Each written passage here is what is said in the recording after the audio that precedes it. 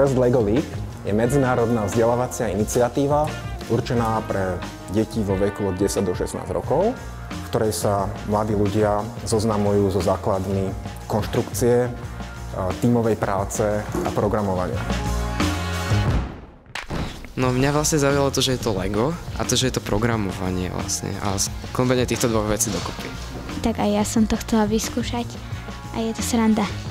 Neviem, baví ma aj pracovať s tými ľuďmi a viesť ich vlastne k dobrej činnosti, hej, pretože má to budúcnosť proste, hej. Je to veľmi tvorivé, pretože všetci používajú rovnakú stavebnicu a úlohou je nájsť spôsob, ako skombinovať tie jednoduché dieliky do veľmi zaujímavých konštrukcií, veľmi zaujímavých trikov, ktoré splnia množstvo úloh, ktoré čakajú každý rok nové na súťažiacich.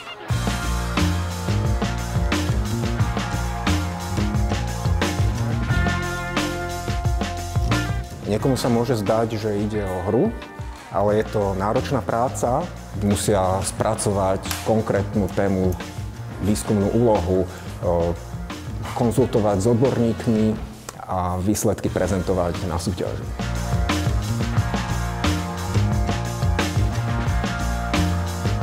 No, deti sa vlastne sami učia na svojich skúsenostiach, ako veci fungujú. Komunikujú medzi sebou, odovzdávajú si skúsenosti. Podľa mňa to má najväčší prínos.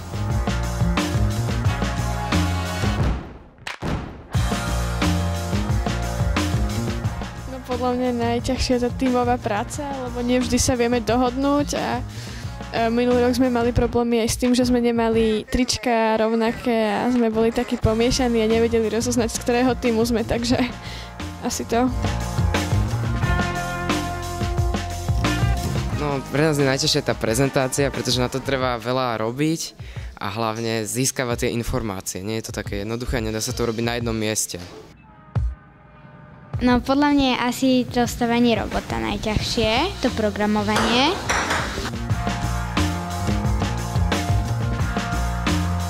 Najkrajšie považujem to, keď môžem sa na nich pozerať, ako ich to nadchýňa, ako ich to baví a tá uvoľnená atmosféra, ktorá tu funguje.